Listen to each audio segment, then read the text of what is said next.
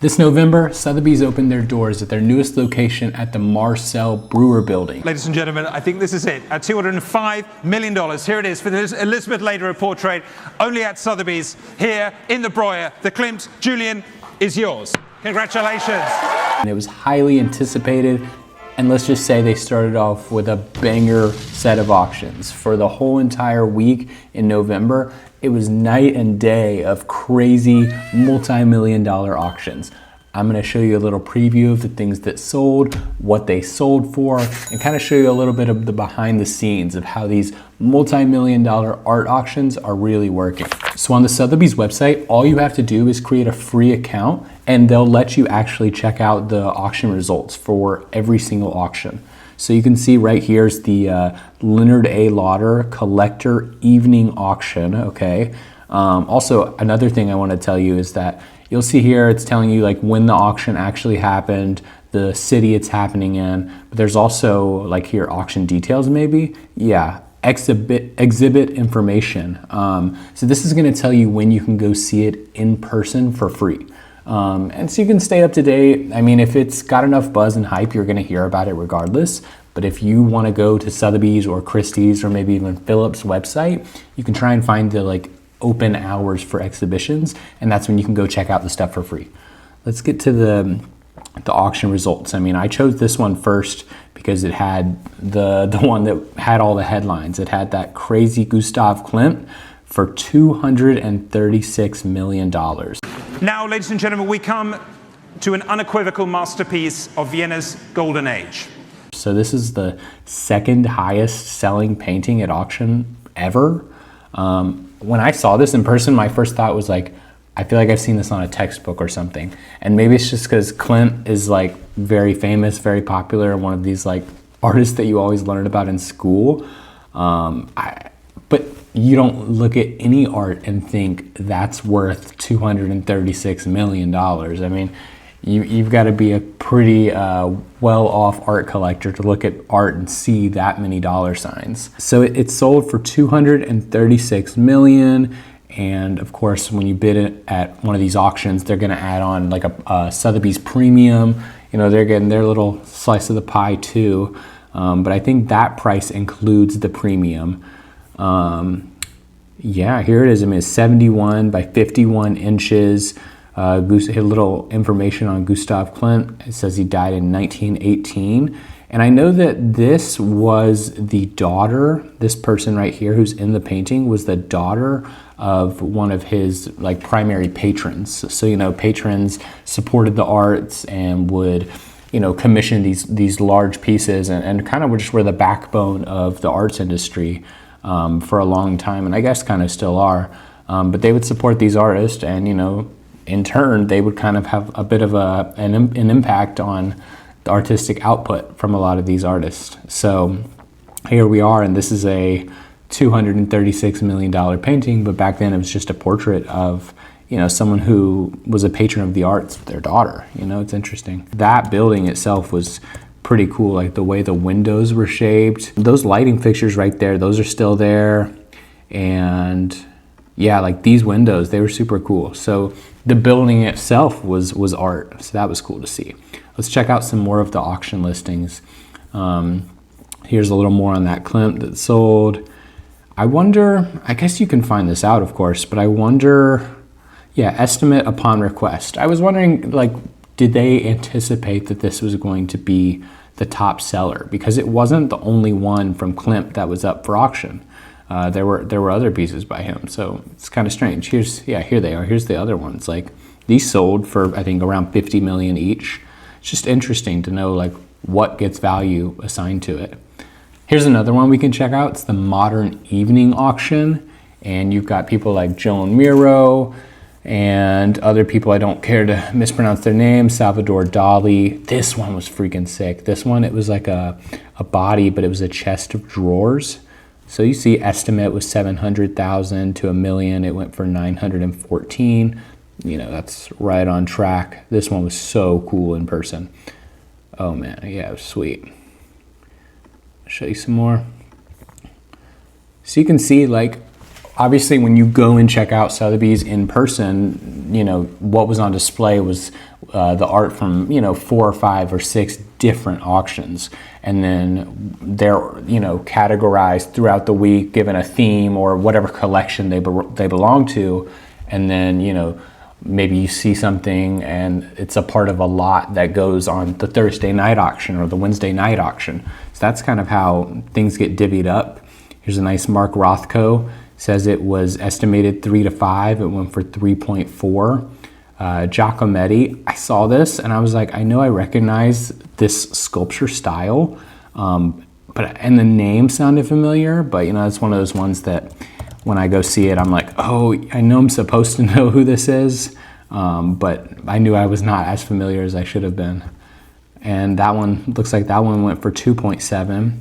Right below it, and I remember seeing this one, nice Picasso. I like the colors on it. But you can see, I mean, that one went from 3 to 5, and it sold for 2.8. I mean, a big narrative, obviously, for the past 6 months has been the art market is failing, everything's so unstable. And then when that painting sold for 236 million, and you know, the Frida Kahlo one also sold for really high, everyone tried to say, look, that narrative was wrong. Look, the art world's gonna be okay. And a lot of people had some pushback on that. And I guess you can look at this art and see like how it went below the estimates. Like, I mean, here's one right now just randomly scrolling that went for, you know, 200K less than the low end of the estimate. But I think it's also, the art market is not determined by these massive $100 million purchases. The art market is determined by the average emerging artist who's selling their work for anywhere between 2K and 10K maybe. That's who, you know, there's thousands of those artists. There's one sale like the one we're talking about now. So you can see a lot of diverse styles of art, but it's all looped into like who the collector was, or like I said, I think they would do it like the theme. You know, this is all modern art. This one, Exquisite Corpus. This one I believe was a collection, and it had the Frida Kahlo piece. I think it was called, what was it called? It was called La Cama. It was called El Sueño La Cama. This one, Frida Kahlo, obviously everyone's heard of Frida Kahlo, and you learn about her in school for sure. But when I saw this one in person, it like actually had an energy to it. It was like one of the first times in a while that I've seen a painting, and it's just been like, whoa. And you just like stare at it and you just imagine like the context, the significance, and you can just feel the presence. Like you can see the subject matter, like it's intense, and you can, I don't know, this one takes you into it. This one was so cool. And the way they had it set up, like they had, so the contemporary art was like on one of the higher floors, bright lighting, you could see everything. But then they had this one floor that had probably this collection of like surrealist art, and it was all dark. And like, I think the walls were painted black, the lighting was super low. It was way more dramatic, which is super cool to see, like how they stage different pieces of art based on like the desired mood and how they want to complement like the meaning of these paintings. So this one sold for 54 million. The estimate was between 40 and 60. And I want to say this was the highest recorded sale for a female artist of all time. And, you know, I know obviously anytime that there's something like that, that's like, oh, that's great. There's always people who've got some reason to tell you why that's not great. But I think this work was so powerful in person that to see it set a sales record, I was like, that's only right, because it was so powerful to see in person. So you can see like some more Dali, and there was another one you gotta see, this one, because this one was so small, but it was another one that I'm looking at and I'm like, I've heard of Salvador Dali. Obviously you learn about him in school as well. You know, any basic art education is going to teach you about Salvador Dali. But man, this one was so small. It was maybe that big with a big old frame and dramatic lighting. But this one in person was insane too. Man, like I don't even fully know what I'm looking at, and I guess that's the point, but it was so sweet. And this one was estimated between 2 and 3 million, and it went for 4.1. That's pretty dope. Yeah, 13 inches by 10 inches. made in 1931. You can kind of see his signature right there with the date. Man, that one was crazy. And some more pieces from that same auction. Here's another one. That one's a Van Gogh up top, and that was definitely the star of this sale. Estimate is upon request. So maybe, I mean, that's how it was for the Klimt we looked at. So maybe these ones, they did know they were going to be the standout pieces of the sale. But I mean, 62 million. That's pretty insane. That one, you know, did not. I'm talking about the ones that move me. That one is not on that list, but it was cool to see. You know, when the name is that big, regardless whether or not it resonates with you, you can still feel the presence, I guess.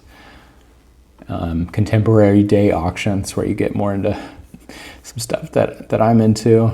That one was fun, kind of random. You can see, wow, I mean, not that random. You know, it was estimated between 20 and 30K, and it went for 88K. And here's another one. It was estimated between 80 and 120, and it went for 215. And here's another one, 50 to 70, it went for 266. 180 to 250, it went for 330. A lot of the stuff we're looking at now is going for way over the estimate. These are really cool. Wayne Thiebaud, I think that's how you say that last name, estimated from 1.5 to 2, it went for 3.8. He does these really cool drawings of ice cream and pastries and things that just, you know, channel that softer side, that joyful, youthful side of life. So it's a lot of pastries, ice cream, stuff like that, lollipops. His stuff's pretty sweet. And you scroll through. This one was super weird. It was just like a weird vinyl piece on the wall. Maybe I'll learn more about that one day and realize why that one matters. John Chamberlain, super cool. And I learned about John Chamberlain relatively recently, and he just does these mangled up like metal sculptures. Pretty sweet. They had some smaller ones. I think this was one of the smaller ones, like, you know, about that big. And then he had some huge ones that were taller than me. So those were cool to see.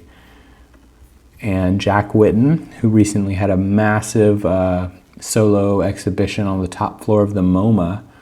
That one was super sweet. I wonder if it sold, to be honest. I mean, the estimate was 500 to 700. It's possible it didn't. It's possible it didn't sell because it's not listing the price. I know there were a couple that didn't. See, it's missing lot sold. I know there were a couple that had, you know, had that problem. They didn't sell. Going back, you've got some Andy Warhol. Oh, I didn't know this. So this one, apparently, this Warhol series sold as a lot of 10 ads for 2.9, almost 3 million. Okay, they looked like they were individual pieces to me. De Kooning, you know, some of these classic names. David Hockney, Calder, Lichtenstein, Guston. Maybe it does nothing for me. And then later on, I'll learn more about the artist and be like, wow, that's so cool. But, you know, not everything does it for me instantly. Those are fun. Oh, some Noguchi. Gotta love that. Noguchi Museum. Great museum to check out in New York. That's cool. That one was estimated between 600 and 800,000. Went for 2.6 million. And yeah, just more contemporary art. Holy cow, you got 7 more pages. All of this contemporary art. Excuse me. Yeah. Fun. Lots of stuff. They had a whole room for Roy Lichtenstein. And you see, it's just like, it's really cool because a lot of this stuff, you know, maybe isn't within your price range, but if you want to check out and see how the high-end art world works, how these like iconic artists from the past, how their work sells now, and like what collectors are interested in, and see like what worked and like what could possibly work today. I feel like this is a great idea on how to do it. You find out the artists who are living, who are selling successfully, like a Jeff Koons Hulk selling for 4 million. And then you can also look back and see what are the masters who their work has stood the test of time. People are still forking over millions and millions of dollars for it. Richard Prince and Ken Price. This one was ridiculous looking in person. David Hockney. These looked really nice together, probably just because of the colors being so consistent, but they were all framed and set up next to each other. They look really nice. And yeah, that's pretty much the layout of like what got sold at these Sotheby's auctions. The hype was crazy. There was a long line outside of the door. Jerry Saltz was outside interviewing people. The gold toilet, you know, people waited in line for that. And it felt nice to be at an event where it was clearly the most popping event at the time in the art world. And so I definitely recommend going to check out these different auctions. And if you see a lot of people talking about a gallery show, like Nicole Eisenman's current one at 52 Walker, everyone's talking about it. I went and checked it out, and I've seen so many other videos of people checking it out. Like, that's a show worth going to see. Going to museums, going to galleries, obviously a very enriching, you know, experience for your life. And this is way different than museums because you're literally seeing the sale process. You know, you're seeing these things putting a price tag on something that's priceless. It's definitely a cool process. I recommend checking it out. Nick vs. the Art World. Thanks for watching. Subscribe, like, whatever you're supposed to do, and go outside and go see some art.